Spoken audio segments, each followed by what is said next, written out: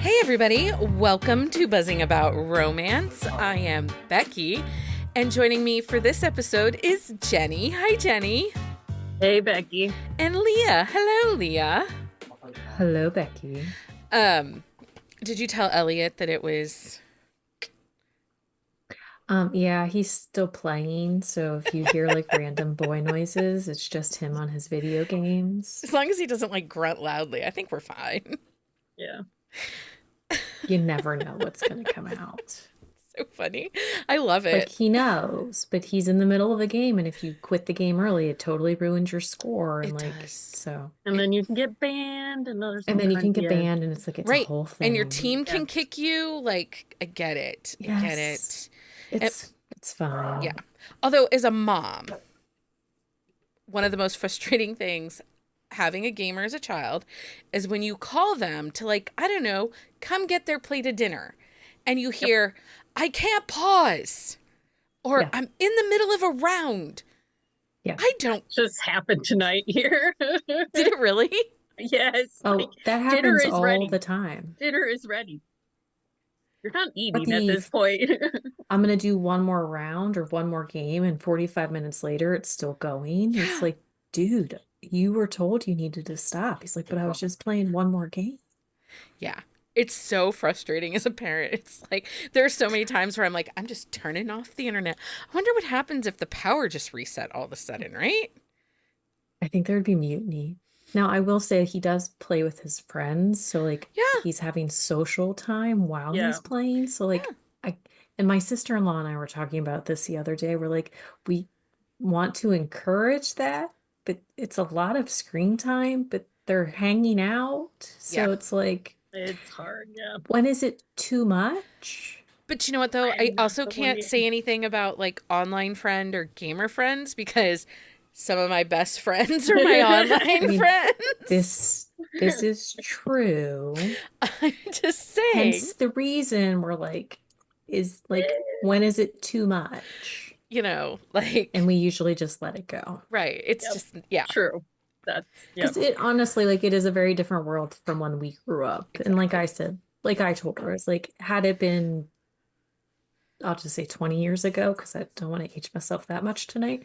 Like, we would just go to a friend's house Right. and And you basically play, do the same thing. right. you have a LAN would just- party. You would just sit next to them and play video games. Nope. I get it. So, But also, I would not have any friends or social life without onlineness. So, well, this Yeah. I would have Yep. limited friends. It was on the other side anyway, so it is another Wednesday Sip and Discuss episode. Our theme for the month of March is all the books Becky wants you to read.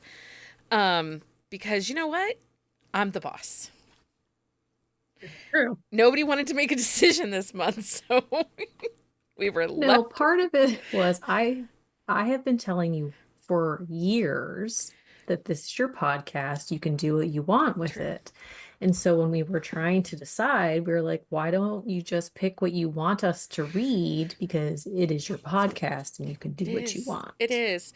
So, this first book for this month is That One Regret by Carrie Elks. This was the community vote. I put 2 books up for consideration. I don't even remember what 2 books they were, Oh, really? but I had There was a vote. Leah doesn't vote. I Um, will admit I usually do not actually click a vote for anything. I'll look it up. It was either That One Regret by Carrie Elks, Reckless Faith by Nissa Catherine, or Mansplain by Vanessa Vale. All good choices. All good. I didn't feel like we would go wrong with any of those choices. And I again, think I've read all of those ones too. So we've kind of done you like bad the past like few months. So Well, we but have done her a little dirty. but also the same. Do you know what I mean? Like we've picked some books this last couple months that I'm like, ooh, what were we That's true, thinking? because you did pick the Yeah. JC Burton book. I did pick the J.C. Burton book, and then we had the redirect on the Pippa Grant book. Oh yes. Because I really liked the first book in that series, but the second book was not Oh yeah. what it needed to be. But I'm still blaming one person for the Megan Quinn book, but she says it wasn't her. Anyway, okay, so that one, Regret by Carrie Elks. Who wants to tell us all the things? I got it. Okay, give it to us, Jenni. Release date is August 31st, 23. Tropes are age gap, small town, second chance, forbidden, taboo, next gen, one night stand. Series name is The Heartbreak Brothers Next Generation, and this is book 1. It's a series of interconnected standalones. The point of view is dual third person. Put out percentage is 9%. Audio narrator is Ryder Soul, and it's available on Kindle Unlimited, and the audiobook is in Hoopla. And I think somebody found it somewhere else too, but They might have found it on Anyplay. I think Lindsay still does Anyplay. It's Tantor is the publisher. So Tantor publishes wide. So it would have been on Audible, it would have been on Hoopla, probably in Libby. It's one of those nice things for authors that an audiobook is a subright that you can sell to another publisher. So when you have an author like Carrie Elks, who is a Kindle Unlimited author, one of the nice things about letting Tantor upfront the cost on publishing an audiobook, it then can be released everywhere. And she's making the same residuals. And I do believe that like the commission payouts and stuff like that from Audible and the listen payouts and stuff like that are different than if you independently had published that book as an audiobook. And then, Audible has this whole exclusive thing that if you leave it there, you get higher royalties and such. So it was in Hoopla for me. I did this audio. This is a reread, so I was listening to the audiobook today just to refresh myself. I enjoyed this narrator. Yeah, I feel like they are a fairly even voice. Like it's that mid-register, so they could do the female and the male. And I believe that Ryder is female. I think so, yeah. Yeah, but they could do both sides, and it didn't feel stunted one way or another. No, it definitely didn't. It was a nice flow. Yeah. I did have to speed her up a little bit more than normal. I think I'm usually at like 1.7 and I was at almost 2.25 because she does have a slower cadence to her voice, but she's slow the whole way. It's not like she's slow and then fast. Like she is like continual, like in the way she speaks. And it was too slow for me, but I didn't find it frustrating. I just couldn't focus on it when it was slower. Yeah. Jenni, you read Hartson Creek. So this is the second gen. Had you read this one before, or was this your first read? This was my first read of this one. That's why I asked for like a family tree, because I was like, oh my gosh, all these people had kids and I don't know. There's a lot of kids. Yeah. So if you are looking for the family tree, it is, I did drop the graphic in our Sip and Discuss channel in the Buzzing About Romance Discord. So if you need that reference, it is there. So it's really interesting because my favorite books in the Hartson Creek, the first generation, is book 1 and book 5, which is Becca's book, Grace's mom. Yeah. That was one of my favorites because, they were enemies to lovers and they just did not like each other. But as we went through this book, I really loved Grace's dad in his book. Him and Becca, I really liked them. Daniel, right? Yes. Yeah, Daniel. The third act in this book. Well, and see, I did not read the original Hartson Creek series. Like I did not read the first gen. I was not a fan of her parents in the third act. Well, not so much her mom. Like her mom was fine. Like she just was not like, I would have been more reactive than she was, but that's a me thing. But like, I did not like her dad at all.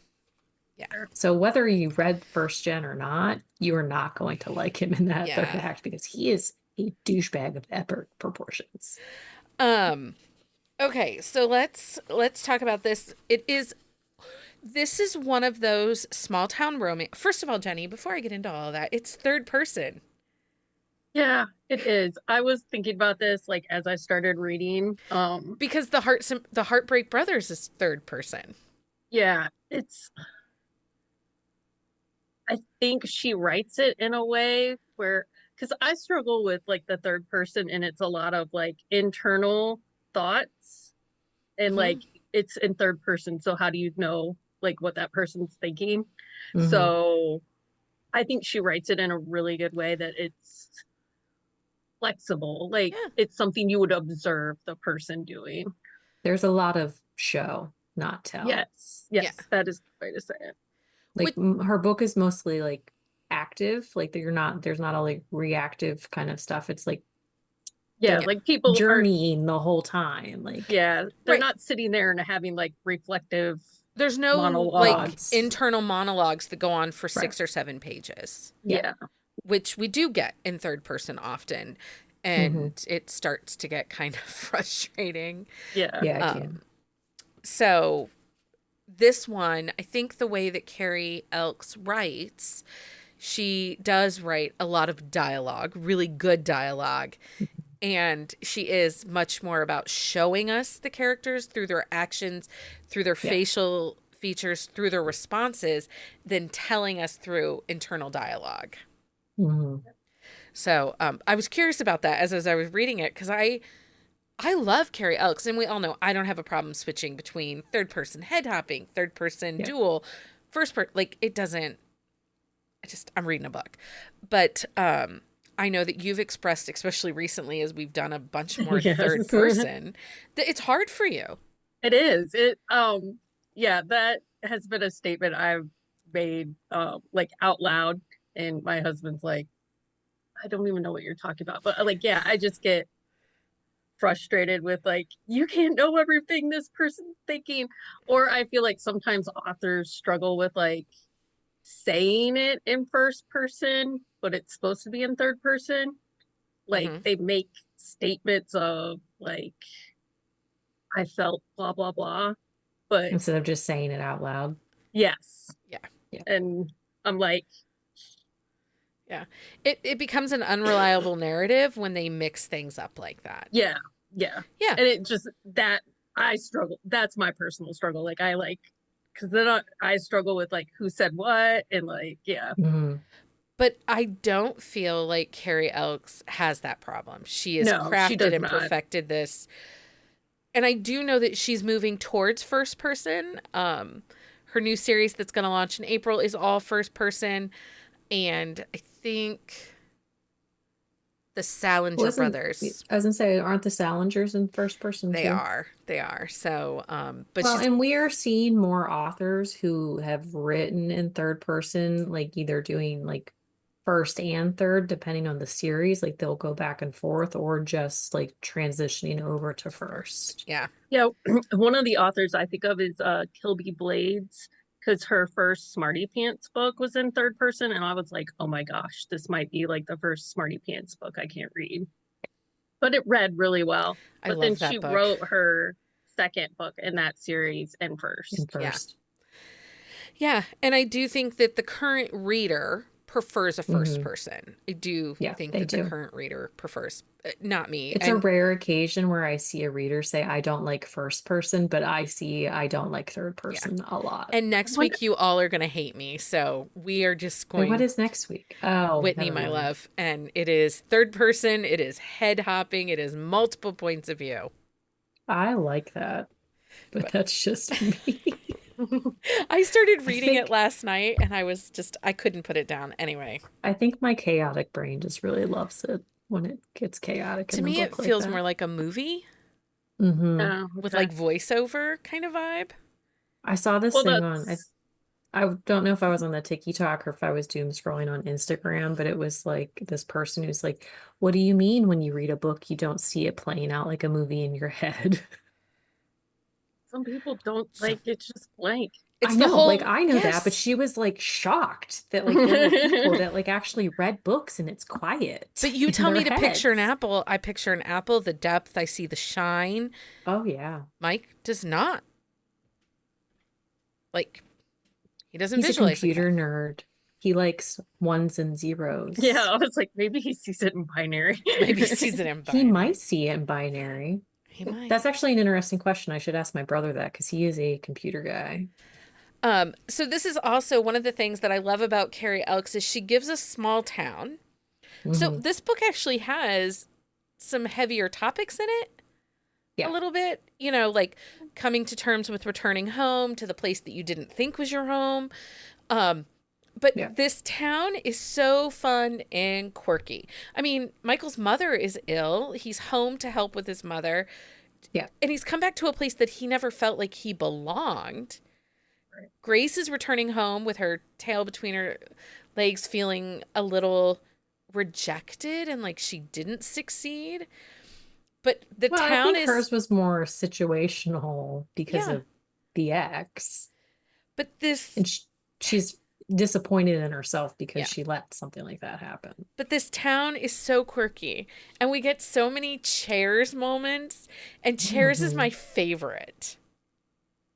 I would really like, I mean, I wouldn't even have to participate in chairs. Like, I just need to sit Yeah. and watch Watch people at the chairs. scene where Could you Michael's, imagine the delight of the people watching that you would get every Right? single weekend? yes. Like, I would love that. Well, like, Because we all know I'm not the most social person, but I could people watch with the best of them. well, like when his mom sets him up with her nurse, like the secondhand embarrassment I felt for the nurse. But Yeah. then I'm like, I totally would have been like trying to lean closer and closer to hear what everyone was saying.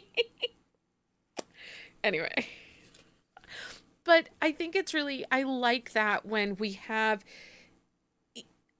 a contemporary romance, because this is contemporary, Yeah. but it has this quirky small town with these rom-com elements. Hmm. And it does take away some of the heaviness of Yeah. the story when you have this town that's set up in chairs and And I think chairs makes the like everybody and everyone else's business like more believable, Hmm. yeah. if that makes sense. Because like you're seeing it play out on the weekend, like, and Yeah. then, like Monday morning, you're like, Were you at Well, chairs? and Did it's you one see of that? those things where it's like it's bringing the generations together. Because, like, on the first chairs that she goes to, well, that Grace goes to when she gets back, it's like she's taking her, like, picking her great aunt up to go. So it's like there's multiple generations, like, Yeah. conglomerating for this, like, weekly event. So it really, like, goes to show, like, how much care they have, like, Carrie Elks treats with the small town and the fact that, like, it's a very close-knit town. Like, yes, there's issues because it's a town and not everything's going to be Yeah. like hunky dory, but like I think that's the big thing is she kind of really like creates this safe environment for everybody there. It doesn't matter Well, like the and age. you have the great aunt, you have, Hmm. you know, the parent generation, you have the kids, and then you have like Presley who's there with his young child. Yeah. Delilah. Delilah. Yep. And she's in Presley's book is book 2. And I Okay. love it. Book 3 is so far my favorite, but anticipating book 4 in the coming weeks. So, at least for me, you I'm all have to excited for wait. book 4. Um so let's talk about their meet cute because I so as an editor, as a somebody that does I do the acquisitions for the agency and all of that stuff. One of the things that is often talked about is that hook in, that Yeah. moment that hooks the readers in and they need to know all about it. And man, does that first like 2 3 chapters hook you in. The meeting in the rain. Really like the first like 3 pages, like Yeah, they I would like agree. the eye contact at like the cab in the rain, like just that whole scenario, like that really draws you in. It's like, how are they going to come back together? Because like that dude is like who it's going to be. Yeah. But Yeah. how? Well, and so you have that cab moment and then the bar moment, and her friends leave her. Right? Oh, yeah, totally. Like, oh. But then, so then they have this wild, crazy night that was Mhm. super steamy and spicy, and an early pop. Yes, please. Give it to me. Well, Well, but then it doesn't. I enjoyed that they like got to know each other too. Like They Yeah. it did. wasn't Because all they like went to dinner, they like had conversation, and then they went back to the hotel. Yeah. But then she wakes up And she's and she hiding behind goes, the bush and she's seeing her parents talk to her one night stand. so, How awkward.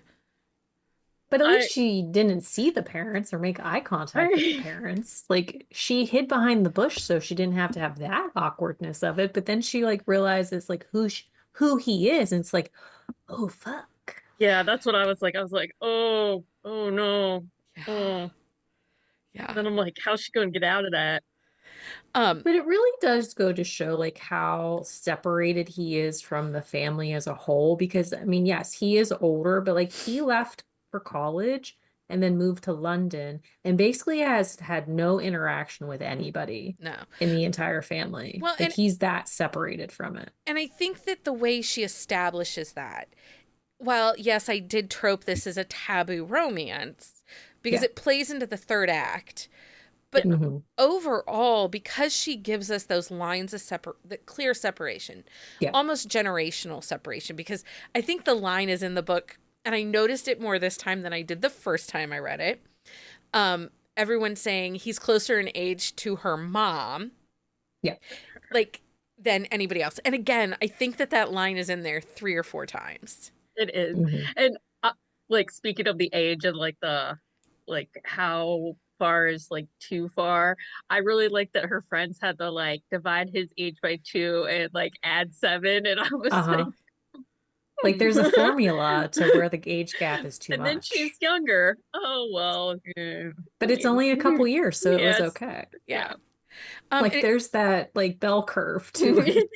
It's like if you like fit in the equation, that's perfect. But if not, where does the curve stop?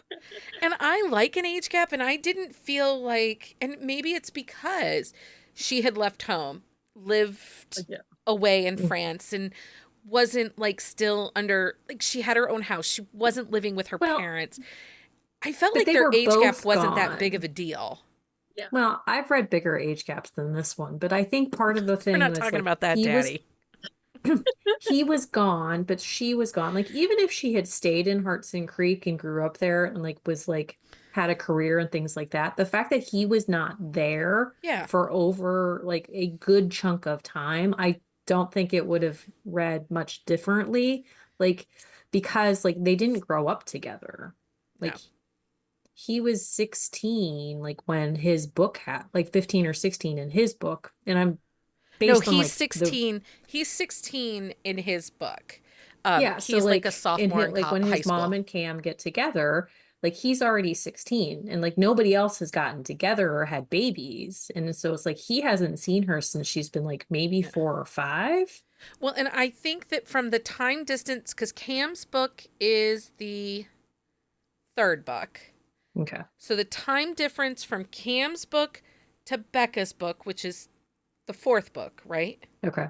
5th book. Is it 5? It's She's the 5th book. but yeah, she's the But last one. they're after. Yeah, it's Yeah. her book is after, and it's several years after because the twins have already been born and they're 3 or 4 years old Mhm. before. So that in itself, like the fact like he was already at college basically when she was born, like there's no connection really. And the fact that he didn't come home, like Yeah. you can clearly see like throughout the book, like he doesn't come home. Yeah. Well, and I also, and this has been a kind of a hot topic in the last couple days because another Allie Hazelwood's coming out with an age gap book later this summer, and age gap is kind of a hot topic. Like, and some readers are like, "This is gross. This is yuck. I don't like this," and the rest of us are sitting here going, "Okay, don't read it. Then the book's not for Right, you." yeah, it's Yeah. Because That's the the rest thing, of us like- are like, "Yes, please." I mean, I love an age gap. We know. I mean, and there's times it can be like Icky. not as palatable. Like it's, Yeah. I mean, yeah, it depends on the author and what their aim is. I also think that this book is one because he's not her boss in any way. Like, he's not her Right. superior anyway. They really are on equal footing in the town again. Mhm. That I think that helps in this Well, particular and book. that's the thing, like they have, aside from meeting at the hotel, like he is a sports agent in London. She works for the family distillery business. Did you mind that there was 1 year between the one night stand and him coming to town? No. Do you feel like that time created any issues for you? No, I think they covered it well because it like they were both kind of still hung up on each other, and I like that he addressed like, "Hey, I was looking for you," and she's Mhm. like, "Well, I changed my number." Yeah. I and Well, I and when he think hands her the phone and says, maybe put your number in here and not change it this time. Yeah. well, and I think had it been, I mean, even if it had only been 6 months, like I don't think had it been a shorter gap of time, I think 6 months would have been the least amount of time that it would have made sense, like with the way the story played out. But like, I don't think a year was unheard of. Yeah. Um, and so within that age gap, I don't feel like either they didn't really get hung up on it for too long either. You know how sometimes Yeah. we get an age gap romance and one of the characters will be like, oh, but you're so much older. Or, you're Yeah, so He that's young. was like at all his back. first. Like when they first meet, he was pretty hung up on it. But like once he gave into the connection, so to speak, like the age, it was an issue in this like during the third act breakup. But aside from that, it wasn't Only really. because her dad friggin' asshole. Oh Well, before we get there, I like the way that she pushed them together the second time. Yeah. Like it wasn't just like that, like sneaking around and like we're not gonna Yeah. touch each other. Like there was a catalyst, like using the Ethan, yeah, Oh, yeah. the vet. yeah, like Yeah. yes, that like The vet. Yeah. sabotages her horse and Well, runs into walls and then Sabrina, his half sister, you know, she gets she got wicked drunk wasted and was puking. and she's like, just take me to Grace. And he's like, oh, I can't, you know. He's like, I don't want to take you to Grace. I'm telling you, And like that the throw up moment in that's the the thing, car, like, there's- though, I just have to say, we've all had that. And if you haven't, I don't you know don't ever want it. I don't know what's wrong with you.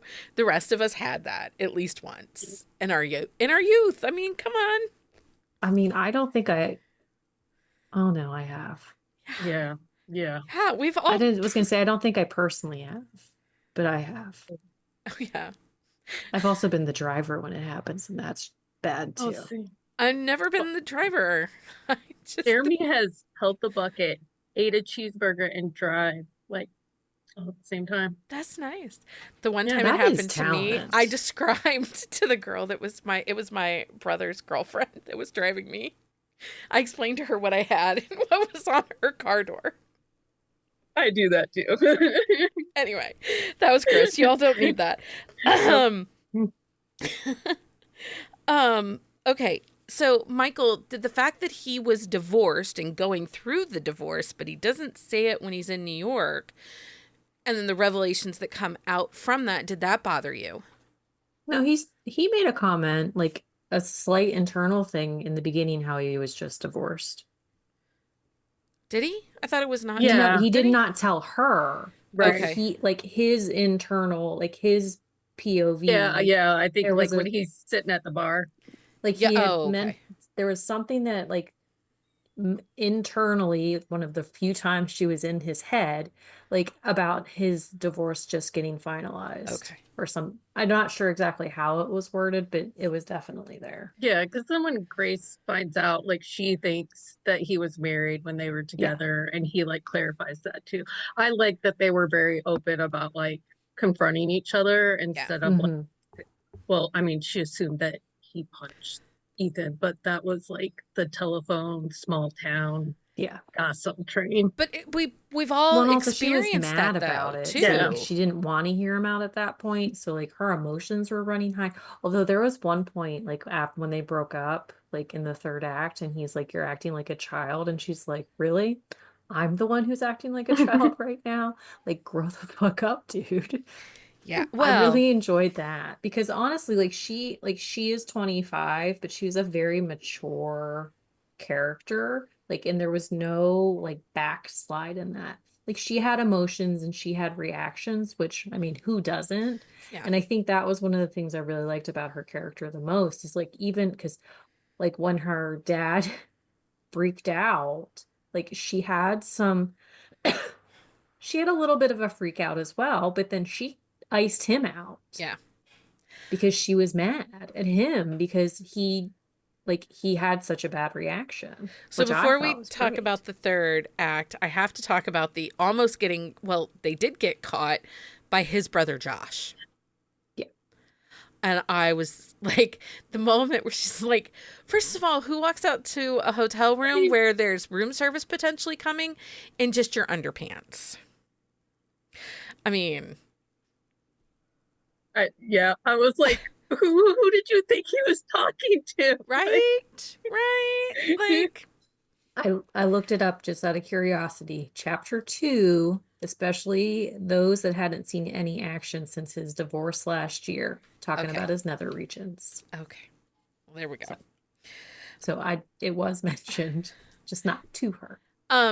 But that leads to my next question. So sometimes, so this is a secret romance, right? Like they're Yeah. hiding, they're running around. You know, he does a lot of jogging at night. I, He does. yeah, I And felt like they could have done better to hide it, but Well, but he couldn't drive there.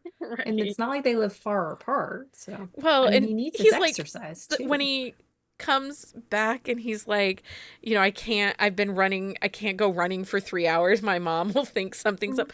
Dude, your mom already Well, this thinks is true. something's up. Like, Right. she's not that dumb. But also, you're an adult. Yeah, Like, you're almost 40. Right. Your mom is not going, she might question it, but she's not really going to question it at the same time. So them getting caught.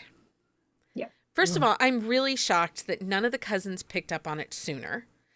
right. Presley does a little bit. Like when they're at the bar at that show, he kind Well, and of like, Sabrina kind of does too. does she though? Because see, to me, Sabrina's kind of She a made a little bit of couple a, little comments like through I, like the yeah, dialogue that like, but she could have cared less. Like, yeah, I think that's the big thing is I think that some of the cousins had inklings that stuff was going on just by like watching, but none of them cared. no. yeah. Sabrina's, yeah, out there. Like, I really can't I wait like for her book Sabrina. though. I cannot wait for her Are we book. getting her book? Because I know she's not writing all of them. No, she is writing all of them. Oh, she is oh, writing? Everybody will get a book. Every second That gen will is get a book. that is I've been delightful. promised this, so. But Well, I'm Carrie really Elks, we're holding you to it. I'm secretly hoping that one of these is going to be a Winterville Hearts and oh, Creek crossover crossover. because they already exist in the same world. So, Yeah. um, anyway, listen, I'm I mean, they visited book one before. of Winterville.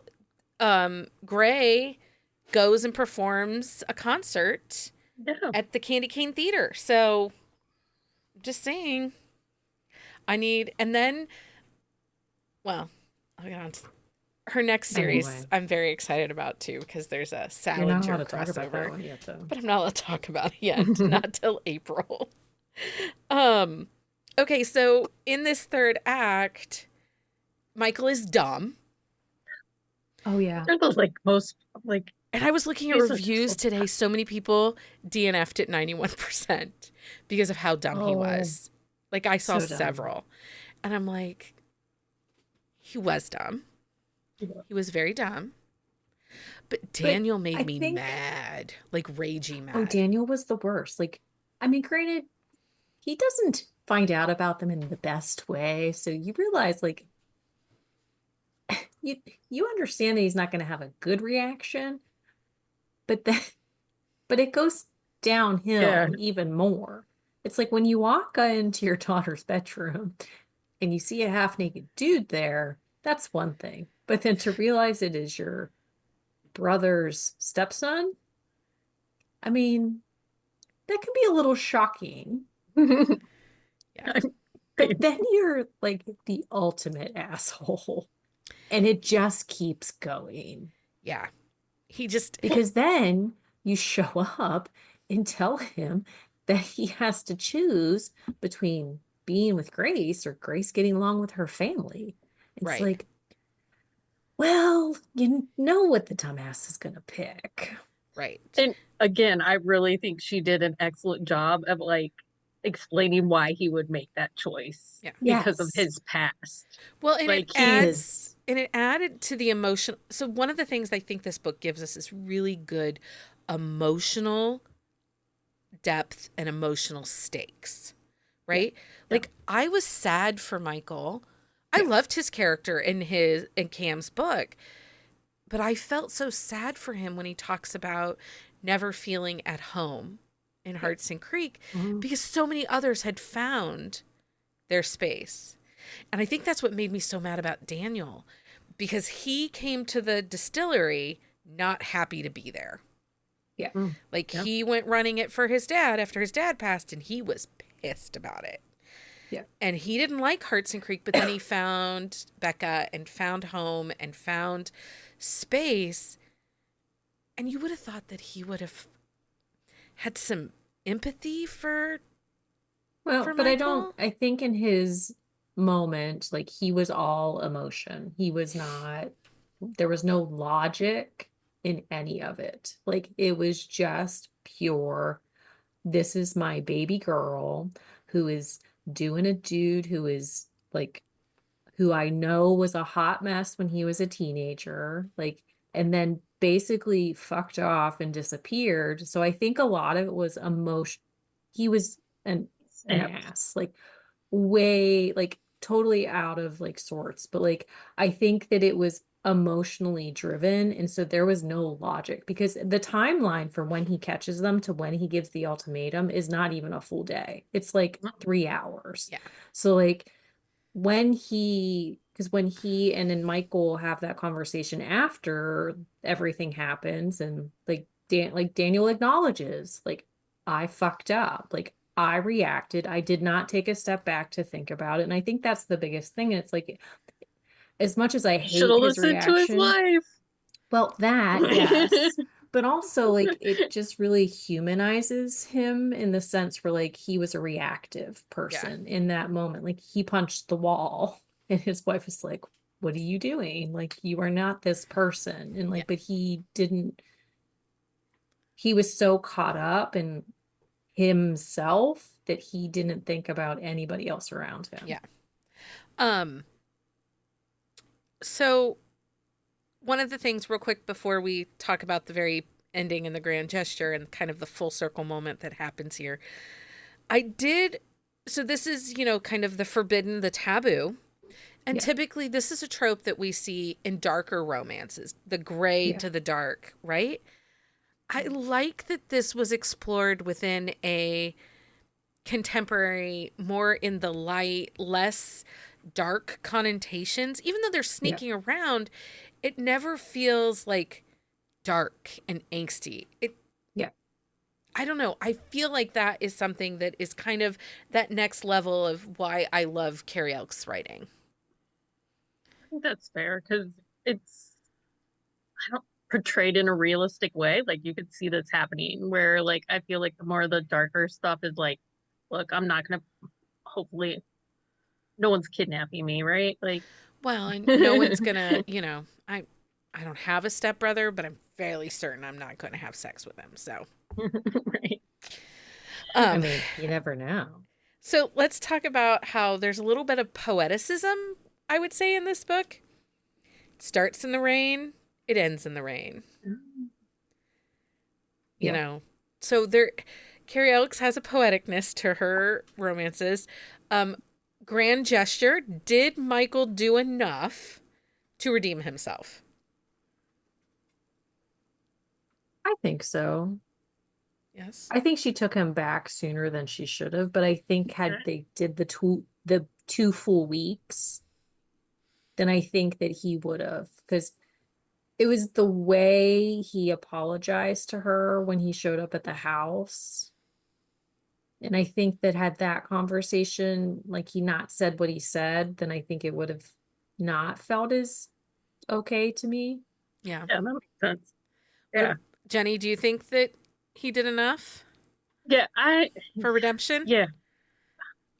I mean, because he's also like emotionally driven at that point, right? Like, so, I mean, he could have thought it out a little more, but I think I'm more with Leah. Like, she should have maybe I like, also think that they Yeah. had this year of pining. Like he was searching for her and she couldn't get him out. And I will say it didn't bother me that neither slept with anybody I else was in gonna that ask. year. It didn't. See, I could have cared less about that one in this book.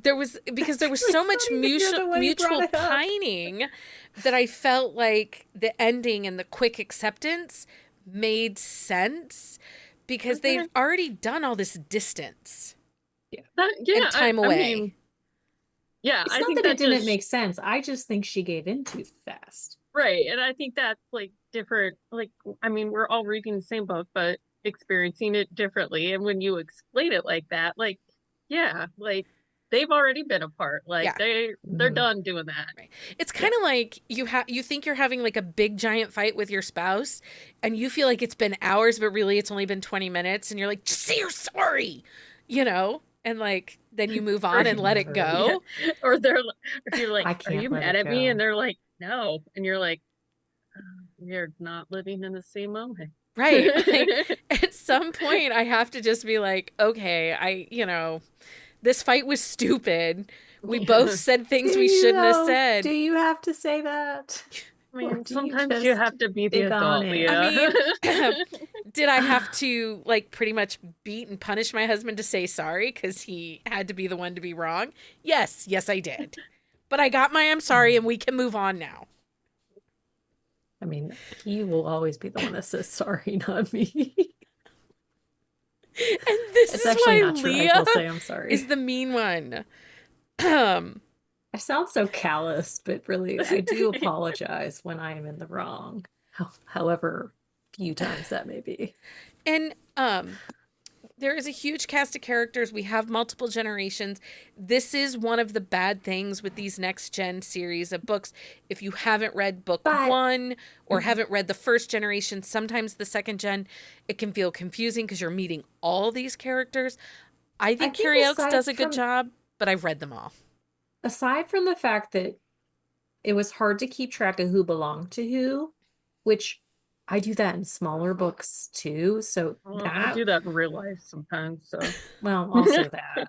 So but it didn't bug me because it wasn't like there were just all these random people who were like just showing like out of the woodwork. Like every interaction with the other family members, it made sense. Yeah. And it wasn't like with Presley and Marley and like we got these elaborate descriptions of them. We got little snippets into like where their stories are going to lead. Like Presley, we know he has a daughter, his wife passed away, like, and her name is Oh. Jade, but like That book will take you around some corners.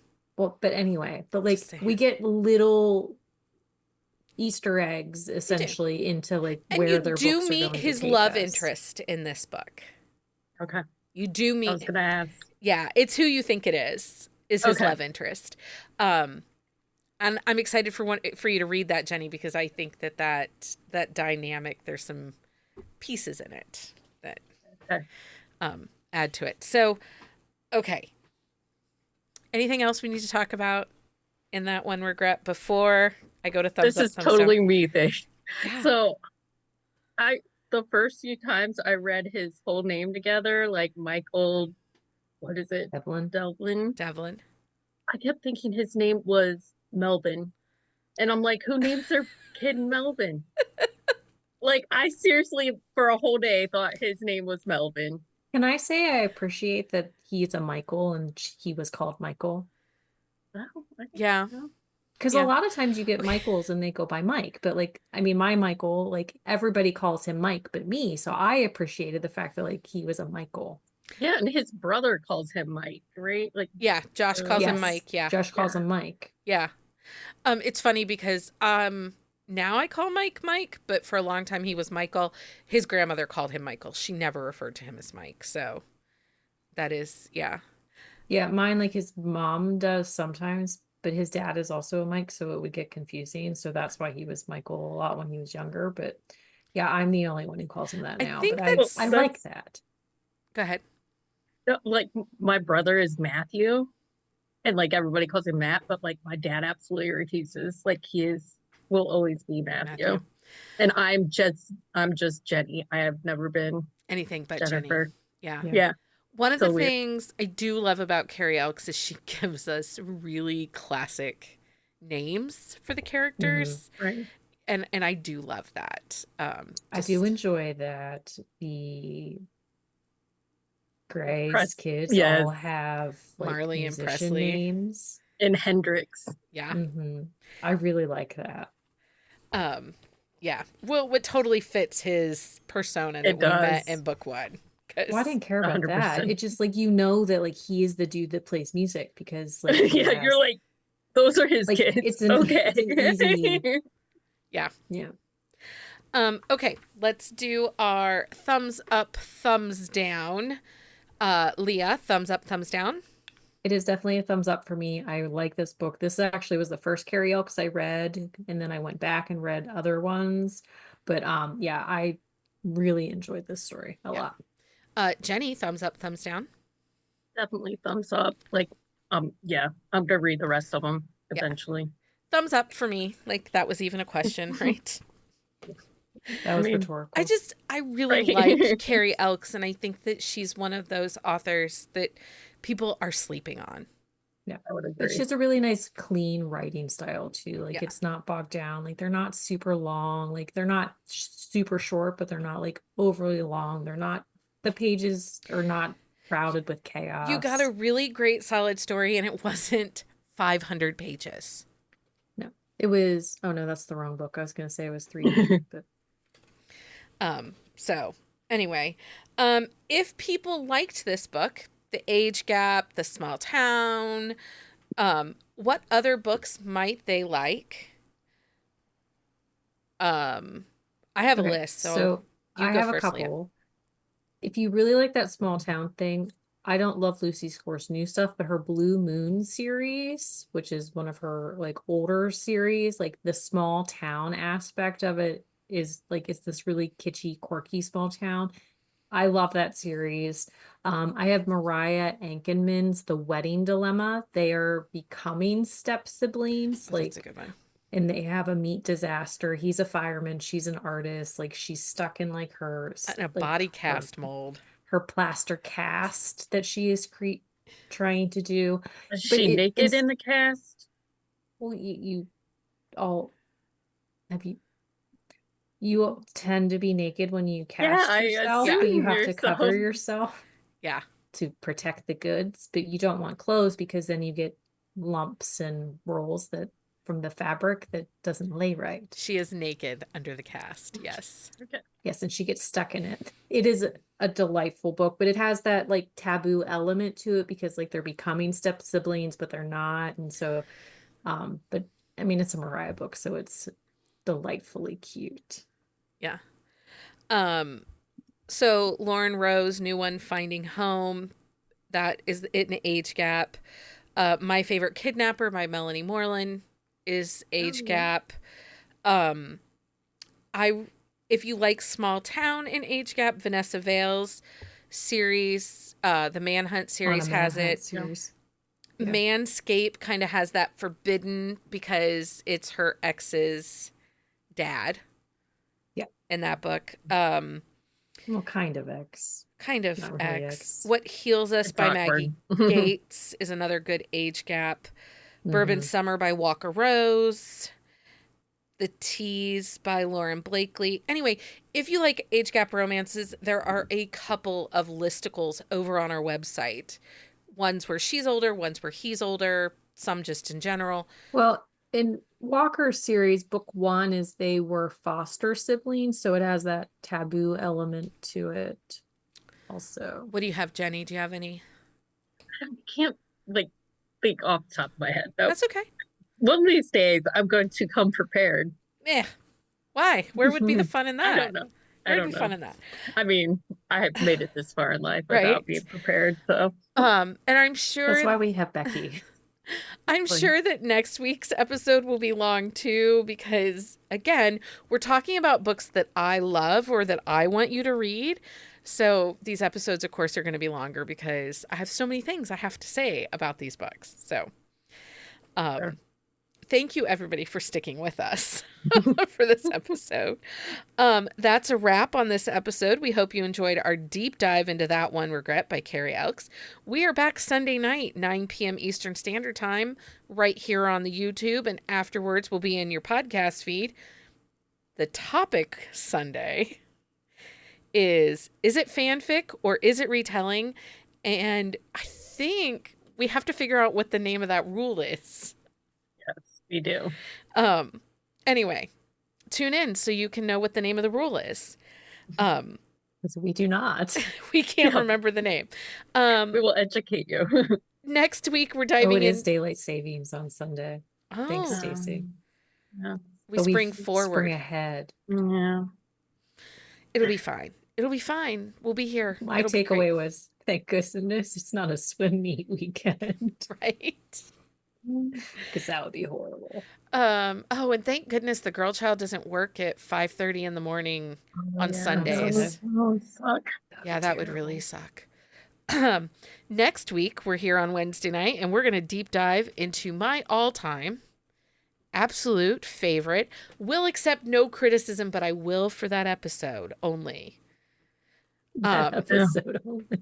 And only for brief moments, and then I'll probably cut you off and tell you why you're wrong. We are going to read Whitney, My Love by Judith McNaught. And Jenny, I actually read an author's note. We'll talk about it next week. Okay. It opens on an author's note. Anyway. Oh, so was- that's what you read. That was very insightful. So that's what we have going on. You can always check out buzzingaboutromance.com for a list of upcoming books and discussions. Anything else I'm forgetting? I don't think so. Sign up for our newsletter. We're trying to give some books away. We need people We to. are, yes. We have books to give have away. Some big name fan hardcovers to give away. So Yeah. Anyway, I do have a couple people that have entered. join our newsletter. Until next time, everybody. Happy reading, everybody. Find us on Instagram at Buzzing About Romance or on Twitter at Buzzing Romance. If you like the podcast, please leave a review. If you'd like to support us directly, join the Bookcase and Coffee Patreon and receive exclusive content only available to Patreon members. Check out bookcaseandcoffee.com for our on-the-shelf show notes.